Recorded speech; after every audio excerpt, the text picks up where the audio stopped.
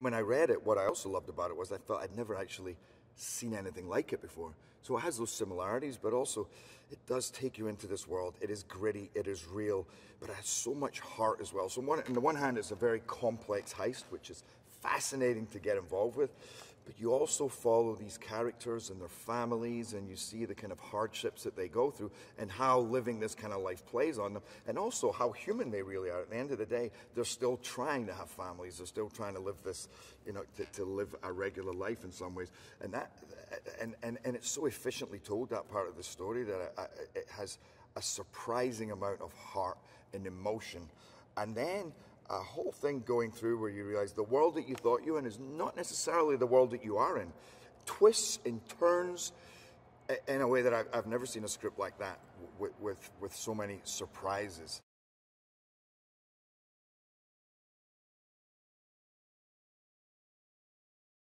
Big Nick is a very, very powerful, driven alpha male in a world of alpha males. His regulators, he handpicked each one of them on the basis of their wildness, their brutality, and their smarts. But he lives in this world where you have to be willing to go to any length to get ahead. And that is the dangers inherent. That is the amount of hours you work. That is just that complete obsessiveness with the job at hand. And of course, you do that, and it's a kind of process of osmosis. Things rub off on you, and he's not living the best life. When he's stake out, he's drinking too much. He's probably participating in many other things, and it's kind of a disaster for his marriage. The more he devotes to that job, the less time he has for his wife, the less kind of an upstanding human being he's being. So he's really failing miserably at being a husband and a father, and that's where we come into his story at the beginning of the movie, where he's kind of been out partying and he comes home and she's had enough. And at first you just think, this guy's a punk, but as the movie goes on, you realize the pressures that play on him. And in actual fact, he is a hard charger in his life, but he's a hard charger at everything he does. And when it comes to being a cop, there's nobody like him. He's the best, and he gets things done, and he brings down the toughest perpetrators to bring down.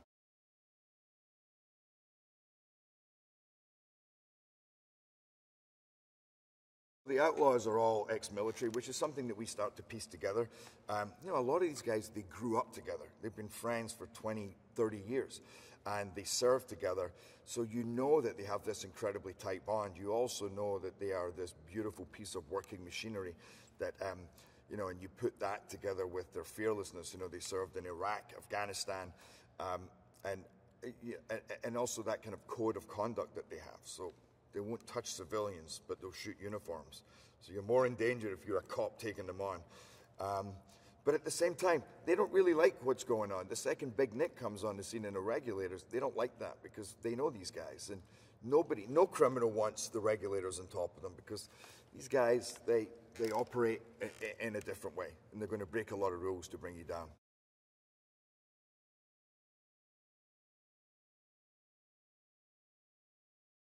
He's like a master. Like, he's been doing it his whole life. And in the little bits that he needed, help with, you help him. But he had no ego, such a great, so great to work with. And we've worked so well together. But he has also such an understanding of film history, filmmaking. So his, the way he puts scenes together, the way he puts shots together, and his understanding of pacing and everything, I've been very surprised and very happy. But also his manner on set and allowing you to experiment, to have fun, to go for it, and being incredibly encouraging and passionate and just sensitive to your needs. That's something you don't often get with a first-time director. And that's another thing that Christian brings, both as a writer and as a director, is he's a strong, masculine guy. He's all about his martial arts. Most of his buddies are some of the toughest guys you've ever met. But he's also incredibly soulful and one of the most sensitive individuals I've ever met.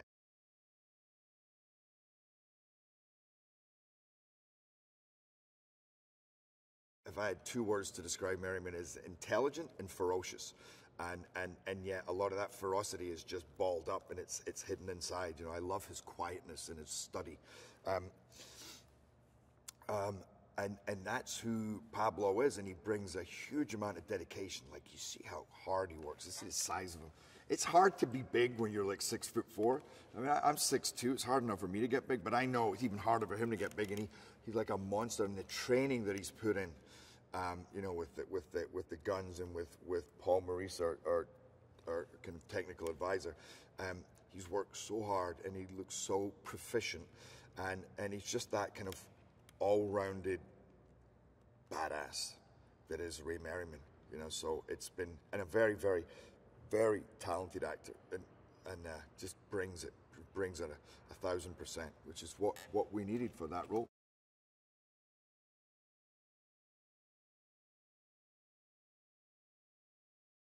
$50 Cent as a person he's more kind of bubbly and light. He's such a funny guy and a sweet guy. He's always smiling, you know.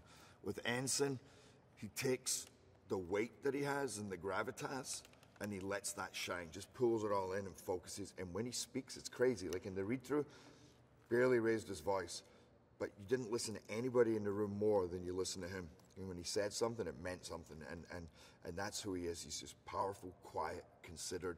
So if he says he's going to back you up, he means it. And if he says he's not happy with you, he just has to say, not happy with you. And you go, okay, I get it.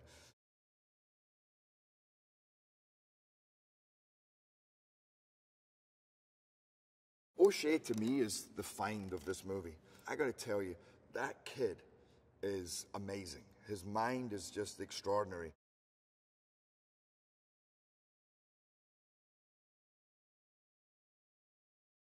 It's been twisting and turning and twisting and turning. We think we're heading for a showdown. It's not what's happening. It's something completely different. We think they've got away, and suddenly, no, we're on them. And it's on. And we're behind them. We're stuck in traffic. They're pinned down. They can't get out. It's a shitty decision to have to make because we're in the middle of traffic.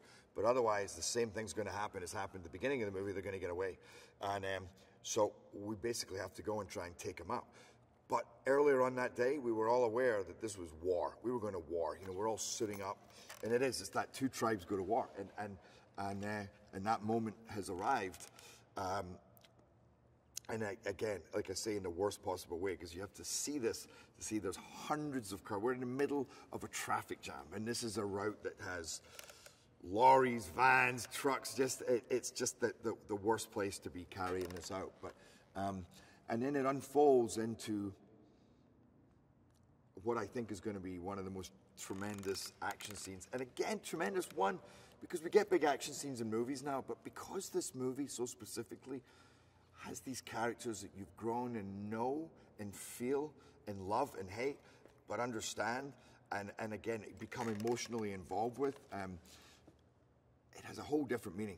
That's what takes it away from just an action movie, because you are living every moment with these characters, and because it is not, we made sure to stay away from stunty action, but to base it in reality. Who are the cops? How do we fire? How do we approach? What do they do?